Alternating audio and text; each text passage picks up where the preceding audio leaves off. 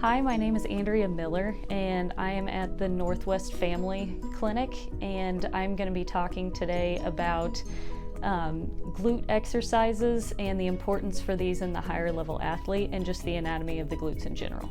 The glutes are made up of several layers, so you have basically your bigger muscles, which are what form the shape of the glutes and are also the biggest movers in hip movements. So they are your glute max, your glute med, and your glute min. So the max is the one that everyone thinks about as far as it actually extends your hip, so it's important in straightening your hip back, and then it's also important in getting you out of a chair or standing you up from a squat.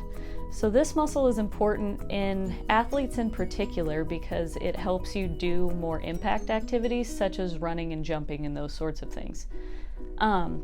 The other two muscles that are important in the glutes are your med and your min, and they're actually a little bit more over onto the side of your rear end. And so basically what they do is they take your leg out to the side, and then they also help to stabilize your hips. So they're really important for single leg activities. So they're important in general in individuals when you're just walking and to try to keep you standing on one leg.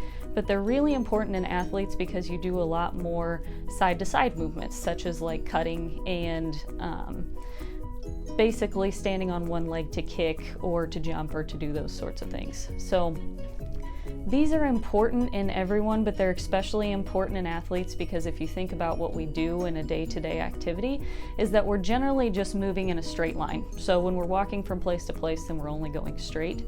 If you're doing more athletic type activities, then like for instance, if you're playing soccer or volleyball or tennis or something, then you're doing a lot of side to side, you're moving in order to get to the ball or to whatever activity you're trying to do. So it's important for us to strengthen some of these laterally so that it doesn't stress out your knees and your joints and put extra stress on the muscles if they're not strong enough to support those movements. So basically when we start training glutes, then what we're doing is we're trying to teach you how to activate them first, and then from there, then we can basically turn those into more functional exercises that are related in your sport. So we'll usually start with mat level exercises so that we can make sure that you're activating the right ones and you're not using other muscles such as your back or your hamstrings or something that may injure you while you're trying to learn to use these. So along with those bigger muscles that everyone is used to like the glutes that we just talked about, then you also have some deeper stabilizing ones that basically turn your hip outwards and inwards, and those are called your internal and external rotators. And so while we're doing these exercises, then you'll also see us basically change the position of the hip so that we can stress those a little bit more along the way as well. So now we're going to go over some of those basic glute exercises for how we would start learning to activate the glutes. So we're starting her laying down, that way we don't have to have her standing and working on other stabilizing things. That way she can really just focus on isolating. So a really good starter exercise for this, they call these clams, basically based on just what your legs look like. So what we're going to do is we're going to bend her knees here, and then I'm just going to have you keep your feet together, and I want you to raise your top knee. Okay.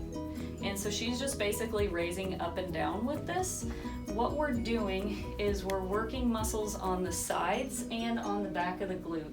What we'd want to make sure on these is that she wasn't rotating her back and just using her back muscles, but this also cuts out her hamstring from compensating because the knee's bent. So when we talked about the hip having an in and out motion earlier, then here we're working on those outer rotation of the hip as well as working on the side muscles here. And we can vary this a ton of different ways once she gets good at these. So we can change the angle at the hip if we want to work the muscle a little bit differently, and we can actually bring her legs back into this position, and I can have her raise up and down from there. And it doesn't work quite so much of that rotation, but it's still working this muscle on the side here. If we want to make this a little bit harder, we can do a lot of different things to it too. You can put TheraBands around the knees to make this harder. We could have her raise up to the top and then hold. And then what I want you to do is rotate your hips forward, because we want to make sure she's not using the back. And then you can just go down halfway and then up from there, and we can make them a lot smaller movements to try to burn out those muscles. From there, we could also straighten her top leg here, and then we can have her raise her leg up and down.